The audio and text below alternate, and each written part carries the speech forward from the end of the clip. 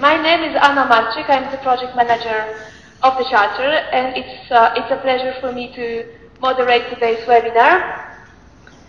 For those of you who attended the last webinar, we spoke last time about children's safety, and today's 16 minutes of the debate will be devoted to road safety communication in the media. So you will find the agenda on the screen. I would like to welcome to all the participants. We have 72 people now following us on the screen online, and it's my pleasure to share with you that actually 150 people registered for this webinar. So I'm assuming there is a big interest in this topic among the members of the European Road Safety Charter and all of our colleagues and people interested in road safety. So, welcome to the keynote speaker of today's webinar, who will be doing short presentations. Thank you very much for accepting the invitation to share your experience and your knowledge on this topic. So I would like to present them now. The first keynote speaker is Mrs. Susan Lindell. Susan, can I ask you to switch on your camera so that everybody can see you? Yes, Susan here is with us. Hello, Susan. Mrs. Lindell is a policy officer, and she works in the road safety unit of DG Move in the European Commission, and she will be giving a short introduction to the topic and will tell us about what the European Commission's efforts in the communication of road safety to change the user's behavior. Thank you, Susan. You can switch off your camera now. And our second keynote speaker is Mr. Tim Lennon. Mr. Lennon is a senior campaign manager for the Think campaign, a very successful and a very well-known campaign run by the Department for Transport in the UK. Tim, can I ask you to switch on your camera so that everybody can see you? Hello? That's Mr. Tim Lennon. Thank you. And our third keynote speaker is Mr. Jean-Yves Salin from La Prévention Routière in France. Hello. Yes. And our fourth keynote speaker today is Mrs. Vasiliki Danelli-Milona. Vasiliki, can I ask you to switch on the camera? Hello. Mrs. Danelli is the president of the Greek Road Safety Institute, Panos Milonas. So thank you again for accepting the invitation to participate in the webinar. Vasiliki, could I ask you to switch on? Yes, thank you very much. The moderator of the chat for today's webinar is Laura Bellorini. Laura is the coordinator for online communication for the European Road Safety Charter, and I have here with us also my colleague Martin Etken from the European Road Safety Charter. So Laura will be moderating the debate online, so we don't have to bother about the questions that are appearing on the screen. We will select some of them and we will ask them later when there is this part for questions and answers, as you can see in the agenda. So the debate will last, as expected, about 1 hour. So let me start by presenting our first keynote speaker, Susan Lindell from the European Commission in DG Move. Can I ask Susan to switch on the camera? And she will give us a short introduction to today's topic.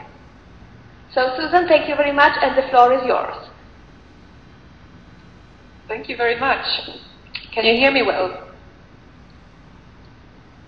I'm happy to see that there are so many people interested in road safety and happy to spend this time. I think it's a very important topic. My name is Susan Lindell. I work as a policy officer at the Road Safety Unit of the European Commission. And from the EU side, it's quite clear that road safety is one of the greatest success stories we have. The number of road deaths decreases every year, from about 76,000 in 1991 to about 26,000 in 2013. We can see over the last 3 years the main improvements that we in the EU is for young road users and for car occupants. We had a decrease of the young victims aged 18 to 24 by 19%, which is quite a difference to the elderly road users above 65. The deaths decreased about 2%.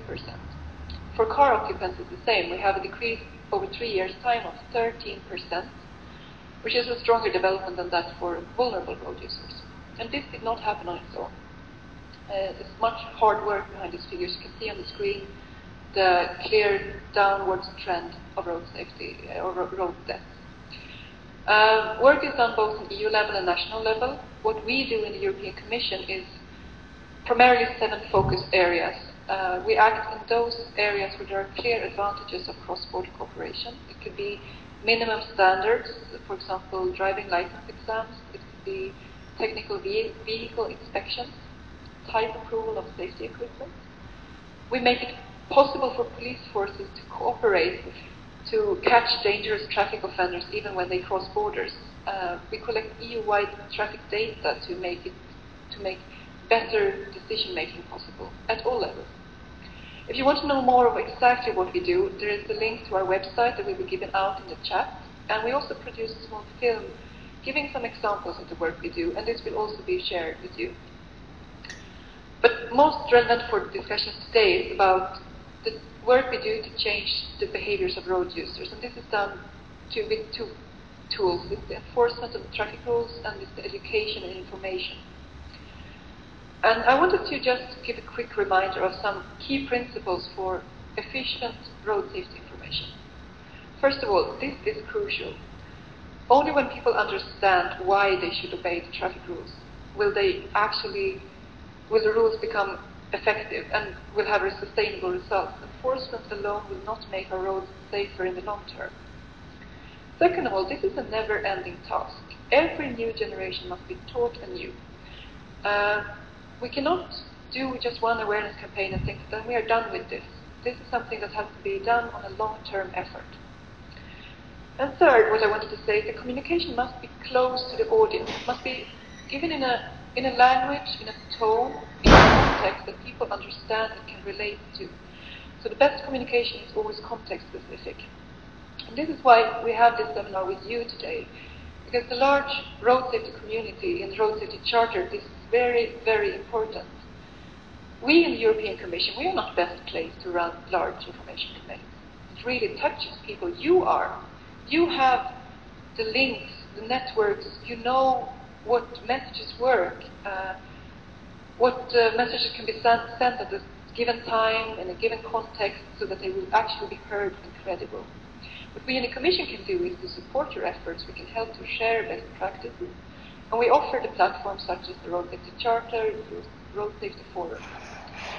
I just wanted to give this as a very short introduction, but my views are not so important today. What's really interesting to hear is your views and your experiences. Thank you. Thank you, Susan, very much for this excellent introduction to today's topic. I would like just to highlight some of the information that you gave us, and I think it's extremely important. I think you are absolutely right by saying that the education of the road safety user is very necessary for them to understand why they should obey the road safety laws. And I think our speakers today will be giving examples to illustrate how important that is and what they do, what are the strategies to make the road safety user understand why we should obey the law of road safety. So thank you very much for this excellent presentation. I would like to invite the second keynote speaker today, who will be presenting who will be doing a short presentation using an example of a strategy that they used. Mr. Tim Lennon, can I ask you to switch on the camera? Hello. Mr. Tim Lennon works for the Department of Transport in the United Kingdom for a very successful, very thought-provoking campaign, the Think campaign. And so he will tell us what's their strategy to persuade the road safety users to change their behavior and attitude and obey road safety rules. So the floor is yours, Tim. Thank you.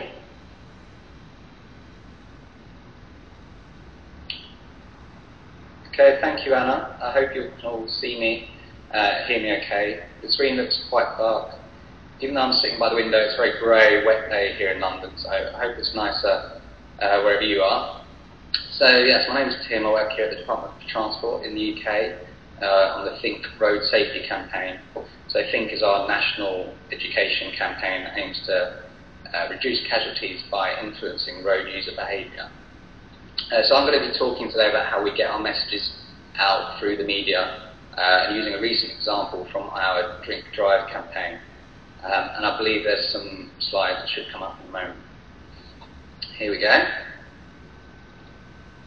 So first of all, just a bit of background about our Drink Drive campaign. So the campaign's actually been running for 50 years, believe it or not. Very long-running campaign.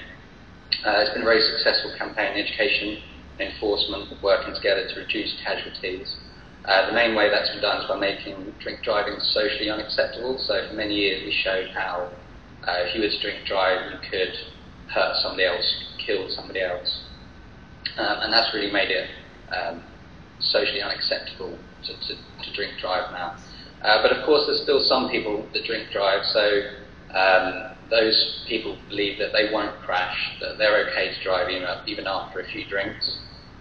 So what we do is we now highlight the personal consequences if you're caught drink driving. So here in the UK, it's the fact that you get a 12-month ban, you get a criminal record, a fine, and also there's social stigma as being known as a drink driver. So what were we doing in this particular campaign? Well, we had some paid-for advertising running, and we wanted to support that through some PR activity to get our messages out through print and broadcast channels, and obviously that was aimed to increase the awareness of those personal consequences of a drink drive conviction. And we were targeting young men aged 17 to 29, as that's our key audience. They're the group most likely to drink drive. So what did we do? Well, the idea, we had an existing advertiser that had been running for a few years, so we didn't have any new advertising, and the messages were very familiar. Obviously, been running for several years, so we needed something new, something that was going to grab the public and media's attention. So what we did is we had the idea of putting a figure, how much it would actually cost you if you were caught drink driving. So that's not just the fine that you get, but it's some people, if you drive for a living or you need to drive to work, it's potential loss of earnings, it's future increase in insurance costs. And we calculated that a drink drive conviction could cost anything from £25,000 to £50,000. So the idea was to highlight that the next pint you have might cost you £50,000. So just to give you a bit of context, the average salary here in the UK is about £27,000, so that's a lot of money. So what did we do to actually roll this out through the media? Well, obviously there was a national press notices. We also had a few images, like you can see on the screen, just simple images to bring it to life, that this was a £50,000 pint. We were very fortunate to secure a person who had been convicted of drink driving and was willing to talk about how it affected his life and the consequences he suffered. And then finally, I don't know if you can see, but the image there on the right is an image from, basically we did a national launch, but then we rolled it out in 5 key cities around the country. And the image there on the right shows how we put a pint on a plinth and in a glass case and roped off on a red carpet, as though it was a very expensive artefact in a museum, a very expensive thing, and that really worked really well. That grabbed a lot of attention in the key cities. So what were the results of this activity? Well, thanks to having that case study, we had 12 minutes of coverage on one of the most popular morning TV programmes, with him talking about how it affected his life. We had 23 national print broadcasts and online articles, and we calculated that together this PR activity reached 33%, a third of our target audience. And then when we did our campaign evaluation, we did a survey of drivers following the campaign. 18% of drivers spontaneously recalled seeing or hearing drink drive coverage in the national news, local news or TV. So just to conclude, I think there was a few key learnings of how we were successful at getting our messages out through media channels.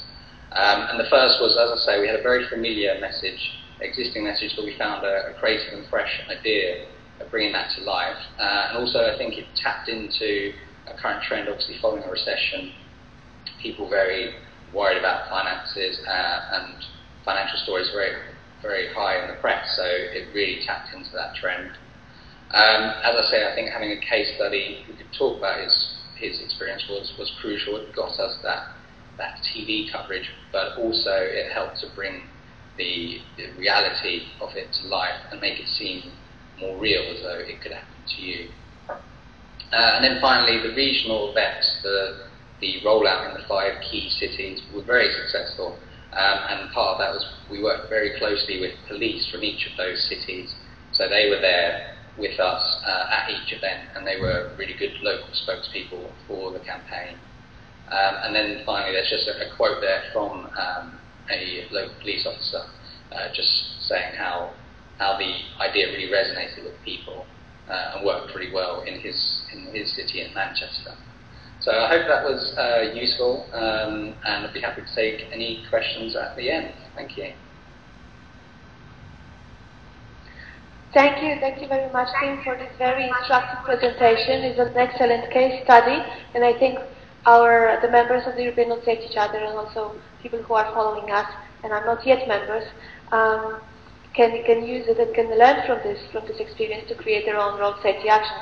I would just like to highlight how interesting I found this idea about really fitting this the campaign into the current trends and this financial aspects of not obeying road safety laws. So I think this is a really very creative idea, and I'm really impressed by the impact it has. So indeed, very successful. I also like very much the way how you presented this working together of the educational of education and enforcement to have an impact in road safety. I think that is really crucial in road safety. Thank you very much. I disappeared from the screen.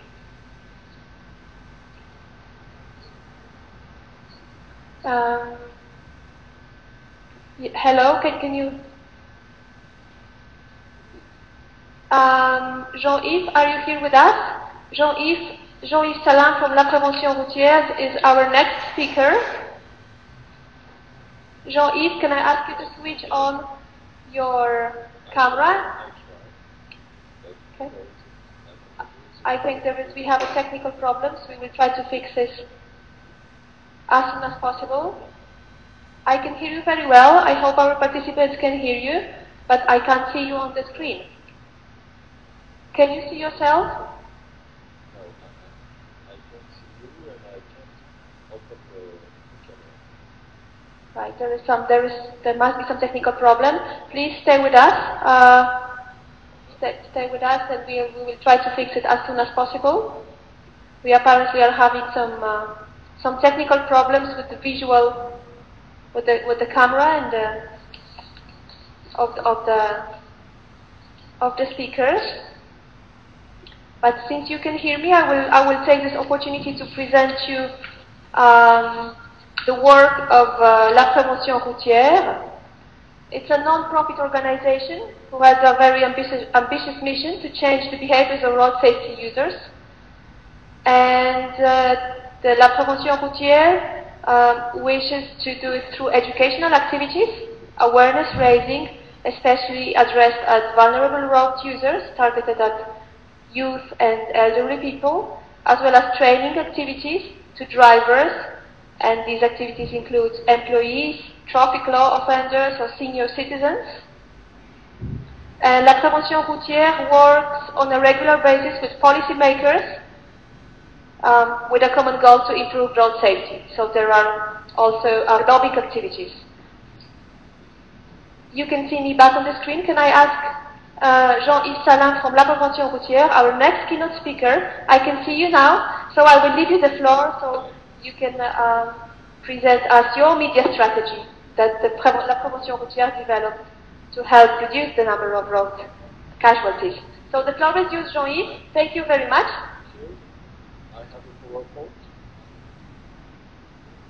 I have a PowerPoint. It's coming in a second. Here you are. Of course, communication is one of the pillars of road safety, and for us it's very important. There are two goals. One about the importance of supporting the mobilization for road action against road accidents, like say team. It's to create social unacceptability. For us, there are two ways for that. Use powerful words, like we did in 1999 for the first time in France, and say,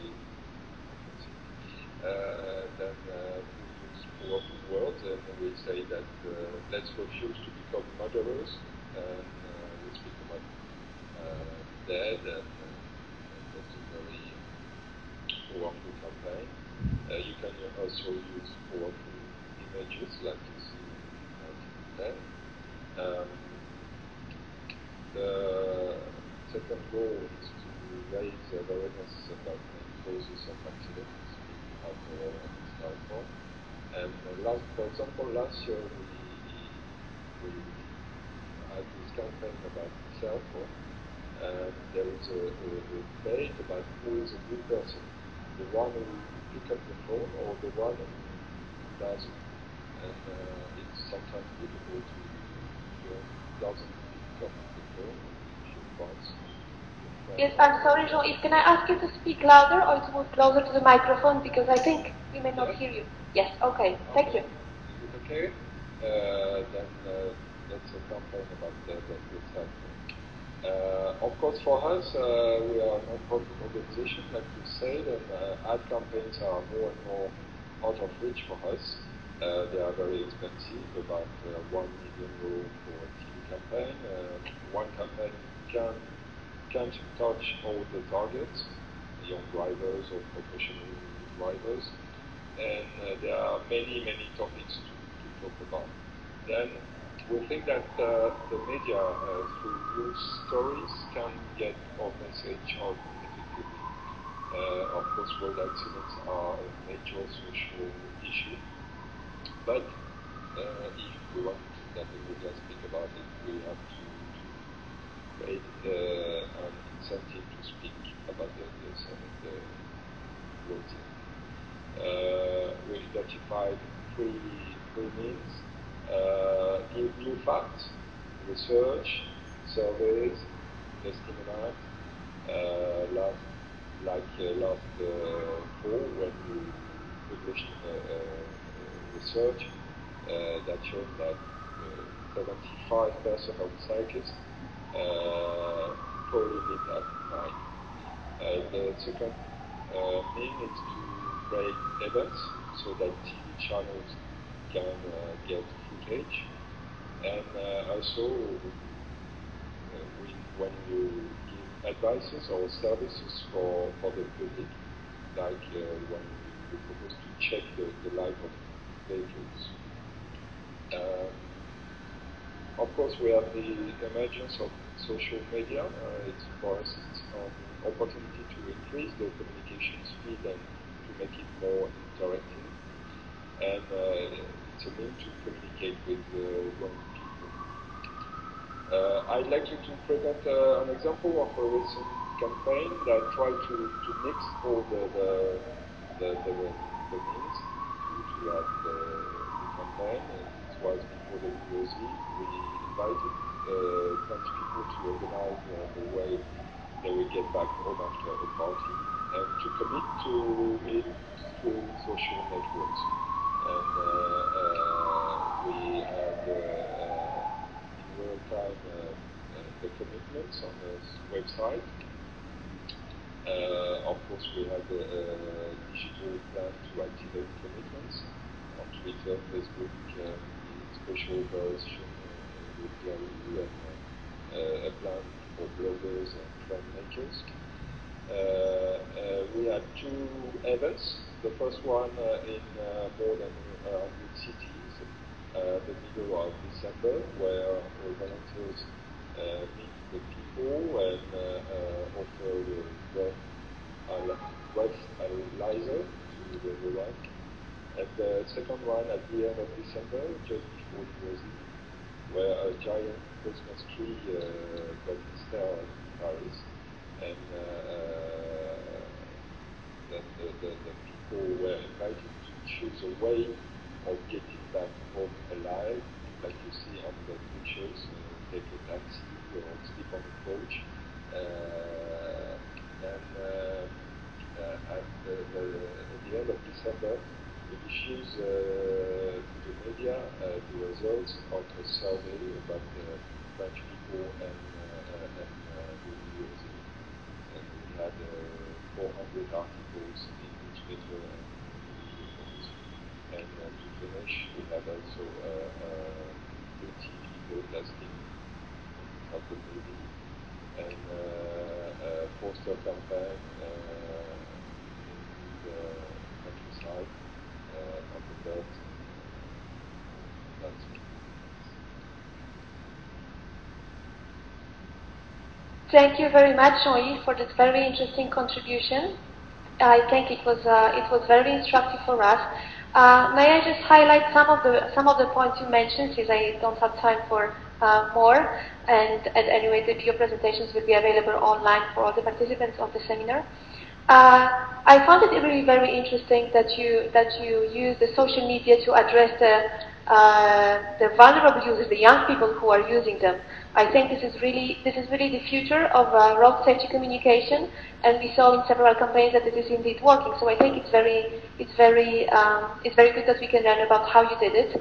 And I like very much also that you mentioned the research. I think it's really important for all our road safety actions, and I'm saying this to the members of the European Road Safety Charter and for those who want to contribute with a commitment, that the research and the measuring of impact is extremely interesting in order to know how we should work to improve road safety and how to look for effectiveness of our actions. So I think this is very interesting. So thank you very much for your presentation.